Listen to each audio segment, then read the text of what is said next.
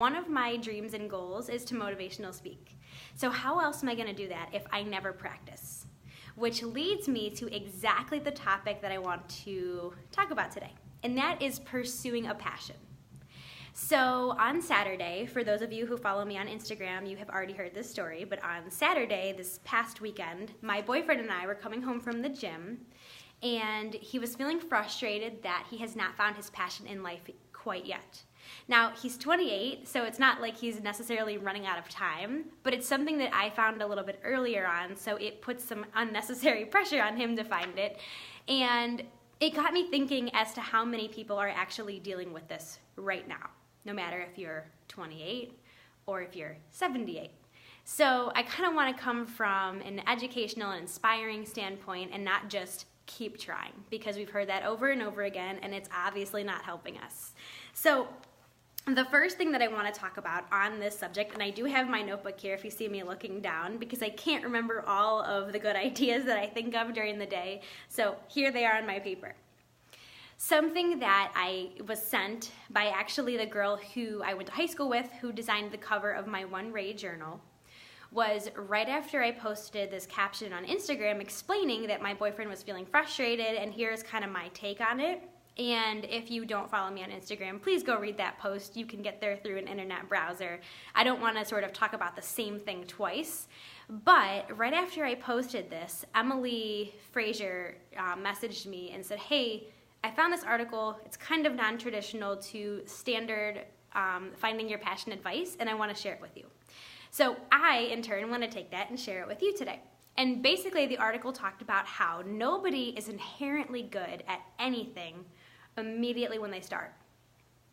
LeBron James was built big and tall, but he wasn't necessarily good at basketball specifically until he started practicing. So with social media nowadays, we're putting so much pressure on ourselves and comparing our beginning of the story to someone else's middle of their success story through the highlight reel that is social media. And it's not accurate. It's not where we are in our lives, and it's very so discouraging to someone who's just starting out. So while you're seeing nothing but people's success, and there's, you like for me, when I started on my Instagram, it was like you have to be amazing at taking pictures, and you have to have inspiration every single day to post. And you also have to look the part and wear the expensive clothes, and you have to do your face up and do your hair and all of that. And I was like, oh my God, I don't know how to do any of this. But you learn one thing at a time as you go. And while I was comparing myself to other people who had been doing this for years and years and years, it just wasn't helpful and it wasn't accurate for me. So we, as human beings, as part of our nature, get our fulfillment or find our purpose in pursuing our passion.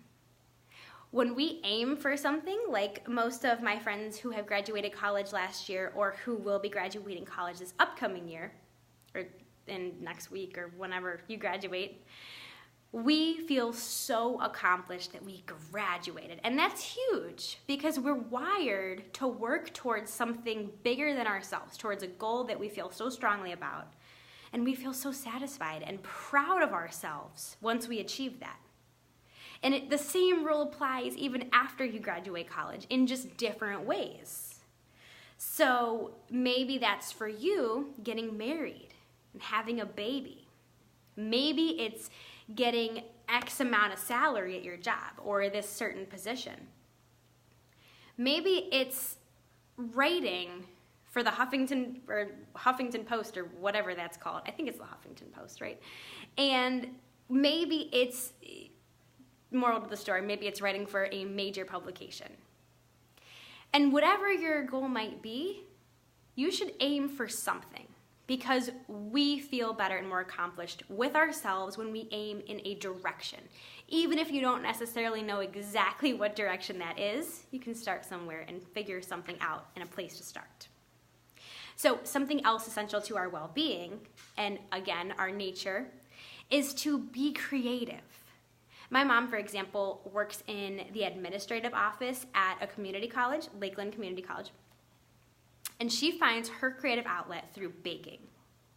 Another one of my friends is pretty high up on the corporate ladder, and she finds her purpose and her creativity through interior design. My boyfriend, for example, is a physical therapist assistant, same as me, at the same company. And he finds his creative outlet through work, because we do get to choose the exercises that our patients do, but more so than that, through video games. And that brings me to my next point, that your hobby or your passion does not have to always make you money. I think we put so much unnecessary pressure, again, from social media, because there's a lot of people out here doing affiliate marketing and things that, like beauty and whatever, and we get it confused, we get the lines confused of a hobby versus a job. And your hobby and your passion does not have to make you money, at least at the beginning. And if you want to work towards that goal, then be my guest. But you don't have to put that pressure on yourself to make money initially, because that is a lot of pressure. And you can certainly do both at the same time and still get fulfillment. Fulfillment outsmarts or cancels out income any single time. So just remember that when you are looking through Instagram, like, hey, I could do that too. These girls are probably working very hard and getting expensive facials and hair treatments and all of those things to represent certain companies. So just a word of advice to remember. For example of feeling your purpose through passion, my purpose is wellness and dogs and charity. Dogs that need good homes and rescue animals and all of that. And recently I was actually able to combine both of those things, which is amazing. There is this company or the shelter in Cleveland called Lake Erie Shores Humane Society. Erie Shores Humane Society. And recently they're doing a bunch of events this upcoming summer. And the girl who is in charge of the Dog Moms Day on Mother's Day reached out to me and said, hey, I found your info, would you mind donating a basket? And I was like, I will donate 2 baskets for this event and for other events coming up this summer. And that was so fulfilling to me and so cool to be able to donate and bring my 2 passions together as one.